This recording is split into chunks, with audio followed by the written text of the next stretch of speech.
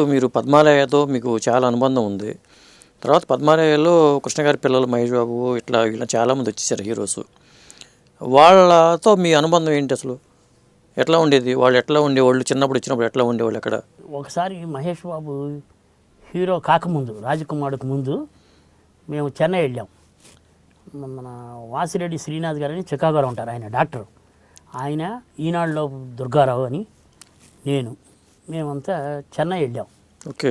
చెన్నై వెళ్తే మహేష్ బాబు వాళ్ళ అమ్మమ్మ గారు, దుర్గమ్మ గారు చాలా అభిమానం.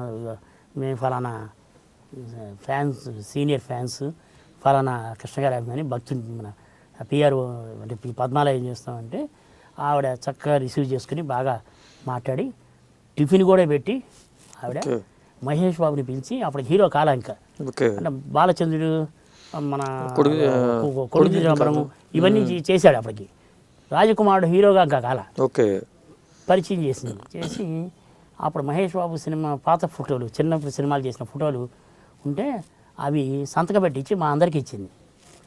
ఇచ్చి ఆవిడ ఎంతో ప్రేమగా చూసుకుంది. అదే ఫస్ట్ టైం మేము మహేష్ బాబుని హీరో కాకముందు కలవటం. తర్వాత మహేష్ బాబుది బాలచంద్రుడు సినిమా షూటింగ్ జరిగేప్పుడు కృష్ణ గారు డైరెక్టర్గా మేము లొకేషన్కి కూడా వెళ్ళేవాళ్ళం. లొకేషన్కి వెళ్ళేవాళ్ళం కానీ అతను కుర్రాడు, యంగ్స్టర్, మనకంతా చనువు ఉండేది కాదు. వాళ్ళు కూడా కొంచెం రిజర్వ్డ్గా ఉండేవాళ్ళు. మనకి ఎంతసేపు కృష్ణ గారి టైం తప్ప ఆయన చుట్టూ తిరిగేవాడు, ఆయన దగ్గరే ఉండేవాళ్ళం తప్ప మహేష్ బాబు దగ్గరికి అంత ఫ్రీగా వెళ్ళేవాళ్ళం కాదు. ఇప్పుడు కృష్ణ గారి ఇద్దరు అబ్బాయిలు రమేష్, మహేష్ బాబు, వీళ్ళిద్దరు ఉన్నారు కదా, వీళ్ళిద్దరిలో అసలు ఎవరు పెద్ద హీరో అవుతారు అనుకున్నారు మీరు అప్పట్లో? వాస్తవానికి సూపర్ స్టార్ కృష్ణ గారి పెద్ద అబ్బాయి రమేష్ బాబు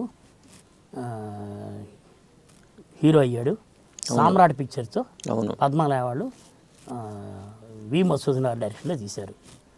ఆ సామ్రాట్ సినిమాకి ఎంత క్రేజ్ వచ్చిందంటే, నేను హైదరాబాద్ వచ్చిన కొత్తలో మహేశ్వరి పరమేశ్వరి థియేటర్లో అప్పటికి నేను కృష్ణ గారి వాళ్ళ దగ్గర ఇంకా అంత అనుబంధం పెంచుకోవాలి. ఒక సగటు అభిమానిగా థియేటర్ దగ్గరికి వెళ్ళాం. అంటే ఉదయం 5 గంటలకే ఆ మహేశ్వరి పరమేశ్వరి థియేటర్ దగ్గర రోడ్లన్నీ ప్యాక్డ్.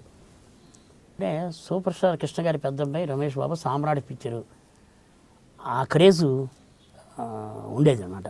ఆ క్రేజ్ అలా ఉండేది. వాళ్ళు తిరుపతి వెళ్ళి దర్శనం చేసుకుని థియేటర్ కూడా వచ్చారు అప్పుడు.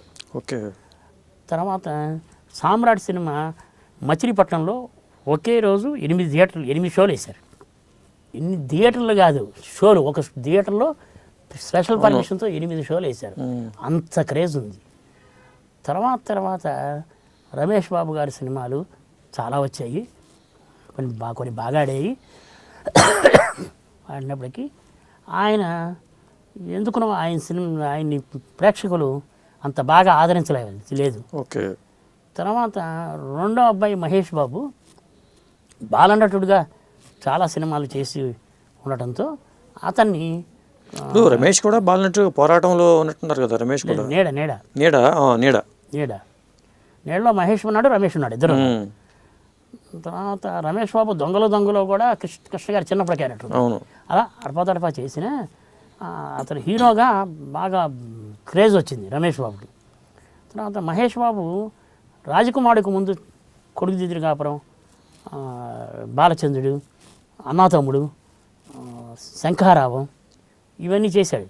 అతను ఏం చేసేవాడంటే చదువుకున్న రోజుల్లో సమ్మర్ వెకేషన్స్లో ప్లాన్ చేసుకుని కృష్ణ గారు ఈ పిక్చర్లు ప్లాన్ చేసేవాళ్ళు ఆ విధంగా. తర్వాత రాజకుమారుడితో హీరో అయిపోయింది. అప్పటికి కృష్ణ గారి అభిమానులు కానీ ప్రేక్షకుల్లో కానీ మహేష్ బాబు మీద ఒక ఇమేజ్ ఏర్పడిపోయింది. ఇతను మంచి పెద్ద హీరో అవుతాడు అనే భావం అప్పట్లోనే కలిగేసింది. అట్లా రమేష్ బాబు వెనక్కి వెళ్ళిపోయారు, మహేష్ బాబు ముందుకు వచ్చారు. రమేష్ బాబు గారు ఆ తర్వాత ప్రొడ్యూసర్గా మారటం ఇవన్నీ జరిగాయి. తర్వాత రమేష్ బాబు గారుతో నాకు పరిచయం చాలా తక్కువైనప్పటికీ, చాలా ఆలస్యంగా పరిచయం సాన్నిహిత్యం ఉన్నప్పటికీ ఆయనతో చాలా క్లోజ్గా దగ్గర అయిపోయాం. అయిపోతుంది. రెండోది ఏంటంటే ఆయన కృష్ణ గారి లాగా ఆయన మనసు కూడా చాలా వెన్న. ఎంత మంచివాడంటే అంత మంచివాడు ఆయన. ఆయన క్రమశిక్షణగా ఉంటాడు, పద్ధతిగా ఉంటాడు. ఆయన అంటే అది ఆయన ఎంతో ప్రేమతో చూసుకునేవాడు, ఎంతో బాగా మాట్లాడాడు. మరి ఈయన మహేష్ బాబు? మహేష్ బాబుకి మాకు ఏజ్ తేడా వలన అదే ఏజ్ తేడా వలన ఒక స్థాయిగా కృష్ణ గారి పద్మాని పిఆర్ఓ గాను, వాళ్ళు యంగ్ జనరేషన్ గాను మనం హాయ్ అంటే హాయ్ అన్నట్టుగా ఉండేవాళ్ళం తప్ప అంత చనువుగా ఉండేవాళ్ళం కాదు. ఓకే. అయినప్పటికీ కూడా మహేష్ బాబు సినిమాలు, మురారి సినిమా, వంశీ పద్మానాయుడు సినిమా 2 సినిమాలు కూడా నేనే పిఆర్ఓ చేశాను. ఓకే. ఆ 2 సినిమాలు మురారి సినిమాకి రామలింగేశ్వరరావు ప్రొడ్యూసర్గా, డైరెక్టర్గా కృష్ణవంశీ, హీరోగా మహేష్ బాబు, ముగ్గురు సైడ్ నుంచి కూడా ఏకగ్రీవంగా నేను పిఆర్ఓ చేసుకుంటాను ఈ సినిమాకి అంటే ఒప్పుకున్నారు. ఓకే. వాళ్ళకి అంతకుముందు మహేష్ బాబుకి బిఆర్ఎస్ గారు కానీ, తర్వాత కృష్ణవంశీ గారికి గంగాధర్ గారి బ్రదర్ వేణుగోపాల్ కానీ, రామలింగేశ్వర గారికి బాబురావు కానీ పిఆర్ఓగా చేస్తుండేవాళ్ళు. అవును. కానీ నేను ఆల్రెడీ వంశీ సినిమా, మహేష్ బాబు 3వ సినిమా వంశీ సినిమా నేను చేసి ఉండడం, కృష్ణ గారి మనిషి అవడంతో నేను చేస్తానని వాళ్ళ ముగ్గురిని కలిసి అడగడంతో ఓకే తప్పనిసరిగా వాళ్ళు మిగతావన్నీ పక్కన పెట్టి నన్నే చేయమన్నారు. మురారి సినిమాకి పిఆర్ఓ చేయడం నేను చాలా చాలా గర్వపడుతున్నాను, ఆనందపడుతున్నాను. ఎందుకంటే మహేష్ బాబు కెరీర్లో రాజకుమారుడు అనేది ఒక సూపర్ స్టార్ గారి కృష్ణ గారి అబ్బాయి ఎలా ఉంటాడు, ఎలా చేస్తాడు, రాఘవేంద్ర గారు డైరెక్టరు, అశ్విని దత్ గారి ప్రొడ్యూసరు, అతను చిన్నప్పుడు చేసిన సినిమాలన్నీ డ్యాన్సులోను ఫైట్లోను బ్రహ్మాండంగా చేశాడు.